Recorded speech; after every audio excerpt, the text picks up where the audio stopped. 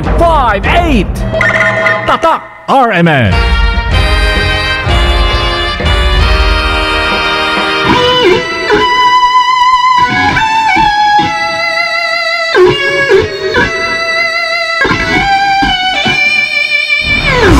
Ito ang nag-iisang pagbabalita sa radyo na tunay na napapakinggan ng Pilipino sa buong bansa, sa buong mundo. Kasama si Buddy Oberas. Live mula sa RMN News Center, Manila. Ito ang KBP Golden Dove Best News Program. RMN News Nationwide. Ngayong tanghali sa RMN News Nationwide. Mga aral ng EDSA People Power 1 ipinalala ni Pinoy. Human Rights Reparation and Recognition harap ng batas. Pinagdaan natin ang Human Rights Victim Reparation Act of 2013. Pagkilala sa pagdurusang dinaanang na napakarami noong batas militar. Vice President Binay kumbinsidong hindi pa naaabot ang tunay na pinaglaban noon ng EDSA People Power 1. Pinag-uusapan natin sa ngayon, nasaan na ba tayo? Malayo pa. Kaya tuloy pa ang laban ng EDSA. 23 pamilya apektado na naganap na landslide sa Davao del Sur. BIR naglabas ng memorandum circular na nag-aata sa mga kandidato na magsumite ng resibo sa bawat campaign contribution na kanilang natanggap. Headlines. Kahit ang business mga kasama, agriculture and fisheries census, isinagawa po sa Kalinga, Tapayao. Headlines. Payong dagat natin, 51 ang patay sa sagupaan ng mga tribo sa Sudan. Buong bansa, isang boses ng balita. RMN News Nationwide. Sa Pilipinas, maraming radyo pero iisang network lamang ang may pinakamaraming numero 1. DYHP Cebu, number 1. DYRI Iloilo, number 1. DXDC Davao, number 1. DXRZ Zamboanga, number 1. DXCC Cagayan de Oro, number 1. DYHB Bacolod, number 1. Sa kasaysayan ng radyo sa ating bayan, sa iisang tahanan lamang nagmumula ang mga number 1. RMN, pinakamaraming nakikinig. RMN, pinakamaraming natutulungan. RMN, pinakamaraming advertisers. RMN, pinakamaraming number 1. Jensan, Iligan, Pagadian, Dipolo, Cotabato, pinakamaraming himpilan. Naga, Baguio, Dagupan, Viga, Lucena, Kawayan, Legazpi, Masbate, Ormoto, Gigarao, Cotabato, Coronadal, Surigao, Dipolo, Malaybalay, Ozamis, Sorsogon, Butuan, Calibo, Rojas at Metro Manila. In history, it is written, number 1 is Tatak RMN. Buong bansa, isang boses ng balita. RMN News Nationwide. Mabuhay Pilipinas, tanghali po ng Lunes, 25 ng Pebrero 2013. Ito ang numero 1 ng RMN News Nationwide. Ako si Buddy Oberas. Live tayo sa DYRI 792 RMN Ormoc, DYHB 747 RMN Bacolod, DXDR 981 RMN Dipolog at DCWT 540 RMN Baguio. Live din mga kasama international by www.rmnews.com at WRMN New York, USA. Buong bansa, isang boses ng balita. RMN News Nationwide. Dapat na magsilbing aral sa mga mamamayan ng EDSA People Power 1. Sa mensahe ni Paulong Noynoy Aquino sa ika-27 taong anibersaryo ng EDSA People Power Revolution sa People's Power Monument sa Quezon City, sinabi niya ng EDSA 1 ang naging simbolo ng katapangan, pagkakaisa at paninindigan ng mga Pilipino. Nakuha umano ng sambayanan ng kalayaan dahil sa pagkakaisa at hindi po sa pamagitan ng pagdanak ng dugo. Ang Bloodless Revolution ay pinakita ng mga Pilipino noong 1986 ang umano'y kinainggitan noon hanggang ngayon sa buong mundo na dapat lamang ipagmalaki ng bawat Pilipino. Nagbunsod ng tapang at paninindigan ng kaisipang hindi kangat tunay na nag-iisa. Na siyang pumuksa sa takot at pagdurusang dala ng pagkakadyakan niya. Walang sandatang umubra. Nakamtam natin ang tagumpay ng EDSA. Hinangaan po tayo ng buong mundo. Naging huwaran ang people power na iba pang mga revolusyon na nagpabaksak ng diktadurya sa ibang panig ng daigdig. kasabay po nito ang panawagan ng Pangulong huwag hayaang muling mabuhay ang diktador. Korupsyon at pang-api sa bansa, tulungan ang kasalukuyang administrasyon sa pagsupil ng katiwalian at panatilihin ang init ng EDSA 1 sa pamagitan ng pagkakaisa laban sa mga kalaban ng demokrasya. Ang bayang ginatasan na ng ginusto pang gawing bulaluan. Pinangunahan ito na isang lideratong walang ibang tun, kundi ang mapahigpit ang kanilang hawak sa kapangyarihan. Sa kadilimang iyan, umusbong ang iniwan sa ating aral ng EDSA. At upang ipakitang lumipas man ang henerasyon, hindi tayo paghihinaan ng loob sa pagtatama ng mga mali ng nakaraan. Sa araw ding ito, mga kasama, inianunsyo po ng Pangulo ang pagbubukas ng Memory Museum para sa mga mag-aaral at sa susunod pang henerasyon kung saan dito makikita mga alaala ng EDSA 1. Minumulat din natin ang mga susunod na henerasyon upang ang pangaping winakasan ng mapayapang revolusyon ay hindi na maulit pa. Yan po ang batayang prinsipyo ng Memory Museum na itatayo upang kilalanin at pahalagahan ang pakikipagsapalaran na dinaanang ng napakarami. Now narito mga kasama, nilagdan po ni Aquino ang Human Rights Victims Reparation and Recognition Act of 2013. Diyan nakasad ang kompensasyon o bayad sa lahat ng mga biktima ng human rights noong panahon o rehimeng Marcos. Hindi natatapos sa paggunita ang ating krusada para sa katarungan. Nilagdaan natin ang Human Rights Victim Reparation Act of 2013, pagkilala sa pagdurusang dinaanang na napakarami noong batas militar. At upang ipakitang lumipas man ang henerasyon, hindi tayo paghihinaan ng loob sa pagtatama ng mga mali ng nakaraan. Pebrero 25, 1986 nang maganap ang kasaysayan o makasaysayang EDSA 1, nagtapos po sa rehimeng Marcos kasabay ng pag-upo ni dating Pangulong Cory Aquino sa pwesto ilang buwan lamang matapos patay naman noon si Senador Ninoy Aquino. Ang Human Rights Reparation Law kinastigo ni Senador Marcos. Kasama natin sa Balita Live, Grace Mariano. RMN Report. Pinalagaan ni Senator Ferdinand Bongbong Marcos Jr. ang pagiging hindi patas ng Human Rights Victims Reparation and Recognition Act of 2013. Nilinaw ni Marcos na wala naman siyang pagtutol sa nasabing batas na naglalayong bigyan ng kompensasyon ng mga natukoy na Marcos human rights victims.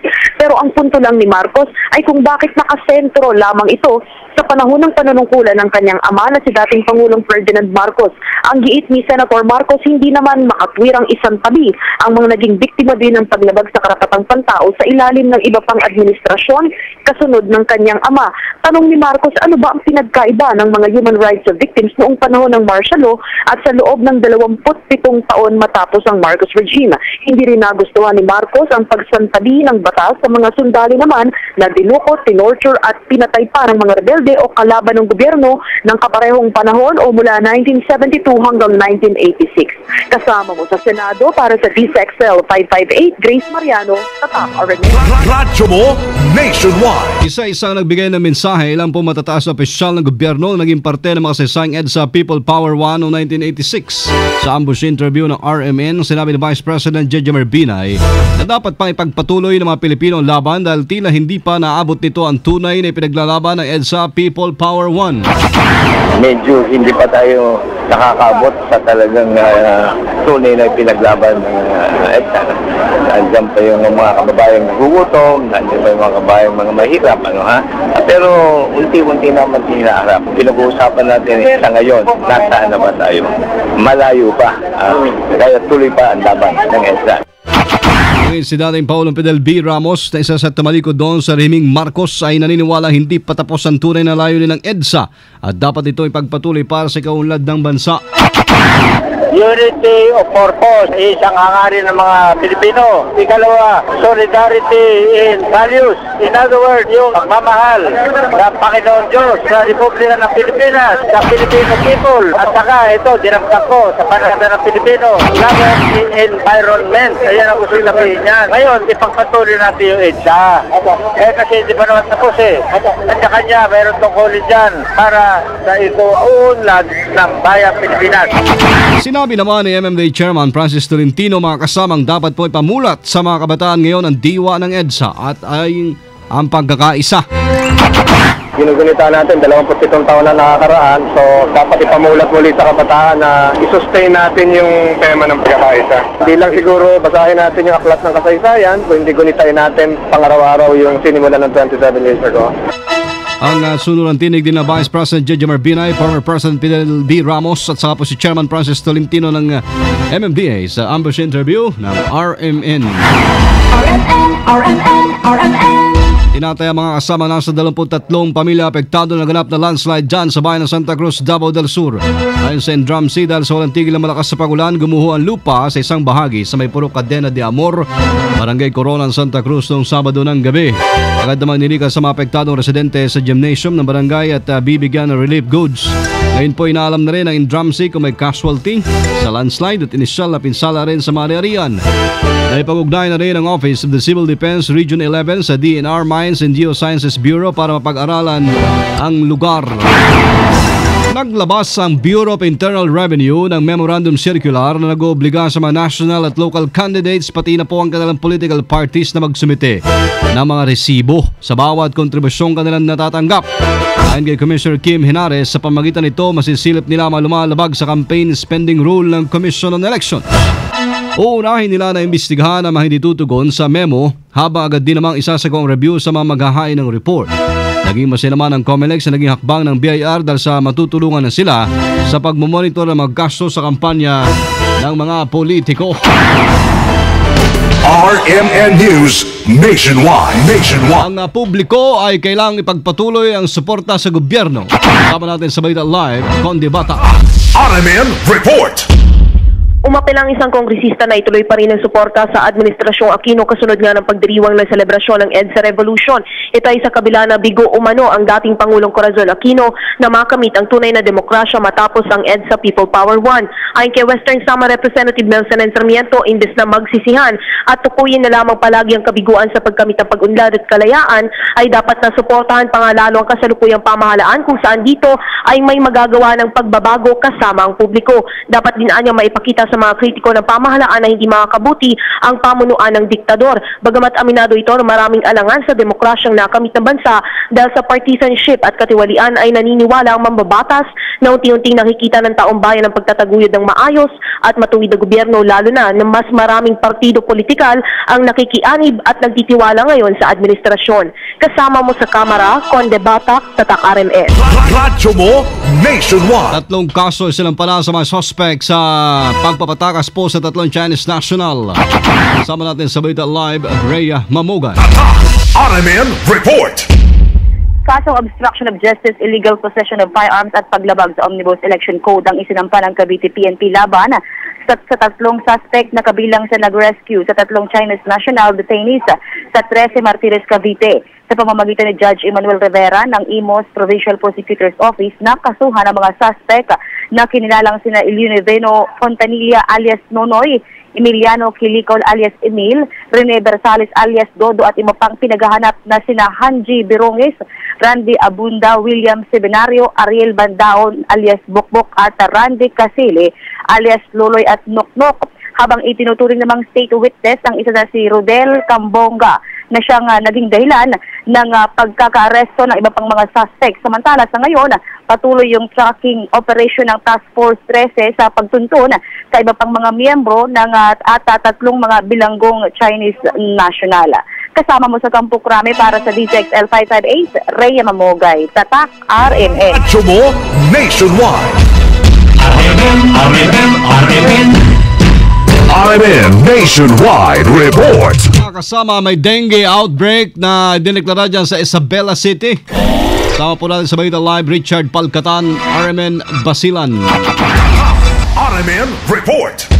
Diniklara na ng dengue outbreak dito sa Isabela City, Basilan matapos magkaroon ng 50 na kaso ng sakit noong linggo ng Enero. 8 sa mga pasyente ang namatay dahil sa dengue fever. Ayon kay City Health Officer Dr. Rafael Cabug, ang barangay Cabumbata ang may pinakamataas na kaso ng dengue fever. Noong taong 2012, nakaroon lamang ng 60 kaso ng dengue at 3 lamang ang namatay dahil sa sakit. Pero ngayon taon, nasa Pebrero pa lamang, mahigit na 40 kaso na ang 8 na ang mortality. Ayon sa lokal na pamahalaan, ginagawa na nila ang lahat ng kampanya para sukuin ang sakit na ito. Pero importante pa rin ang tulong ng lahat ng mga residente. Kasama mo sa RMN Batilan, Richard Pagkatan, RMN.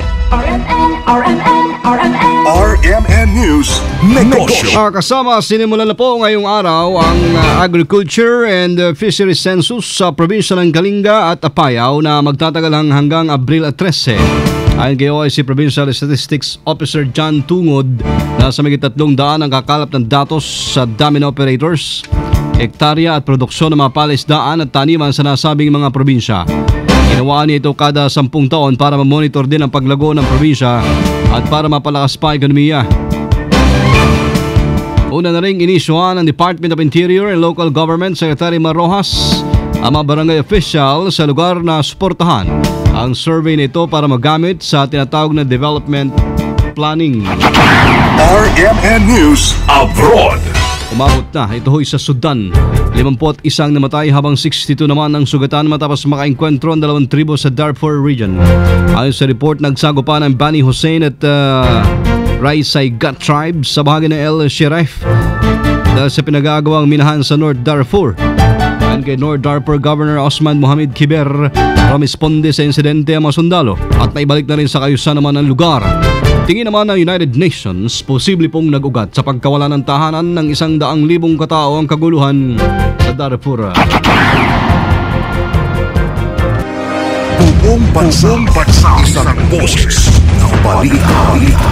RMN News Nationwide. Mga kasama, live tayo mula sa RMN News Center, Makati City, Metro Manila, Philippines. Inyo pong narinig ang numero 1 RMN News Nationwide. Lunes ngayon ng tanghali, 25 ng Pebrero 2013. Sa mga taga Bacolod. Susunod na dyan si kasamang Agnes Apostol sa RMN News Diretso, Balitang Bacolod. Sa DYHB 747.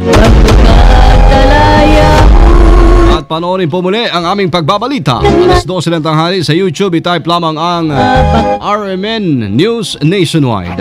Kasama nyo sa serbisyo publiko. Sa pangalan po ni kasamang Weng de la Peña, ako si Buddy Oberas. Dito pa rin sa tahanan na may pinakamaraming number 1 sa 2013. Pinakamaraming himpilan sa 2013. Oho, ang RMN Radyo Mo Nationwide. 60 years na ng mga asang public service nationwide. Ang pinakamalaking mga balita, abot sa bawat Pilipino, saan man sa bansa. RMN News Nationwide.